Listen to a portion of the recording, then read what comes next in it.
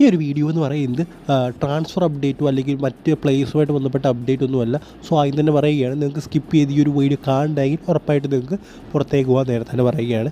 So എന്തായാലും നമുക്കൊരു centre ബാക്കിൻ്റെ ആവശ്യം വളരെയധികം ഇമ്പോർട്ടൻ്റ് ആണ്. അതായത് മിലോസ് ഡ്രിഞ്ചിച്ച് ആണെങ്കിലും അലക്സാണ്ടർ കൊയ്ഫ് ആണെങ്കിലും നമ്മൾ വിചാരിച്ച അത്ര രീതിയിൽ, അതായത് നമ്മുടെ സ്റ്റീഫൻ എസ്സെ അതുപോലെ തന്നെ മറ്റ് താരങ്ങളൊക്കെ ജോവനോവിച്ചൊക്കെ ബംഗളൂരു എഫ് സി കളിക്കുന്ന പോലെ ആ ഒരു എഫേർട്ടിൽ കളിക്കുന്നതായിട്ട് നമുക്ക് കാണാൻ സാധിക്കുന്നില്ല.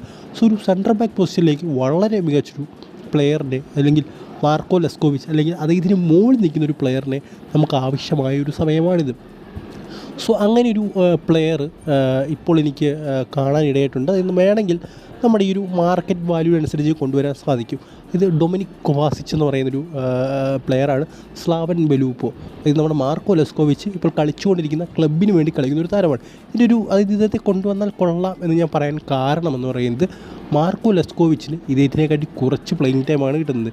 ഏതാണ്ട് 18% മാത്രം പ്ലേയിങ് ടൈമേ നമ്മൾ മാർക്കോ ലെസ്കോവിച്ചിന് അവിടെ കിട്ടുന്നുള്ളൂ. സ്ലാവൻ ബെലൂപ്പോ ഇദ്ദേഹത്തിന് ഏതാണ്ട് 89-90%, അതായത് ഇവരുടെ മെയിൻ CB ഒരു ഡൊമിനിക് കൊവാസിച്ച് എന്ന് പറയുന്ന ഈ ഒരു പ്ലെയറാണ്.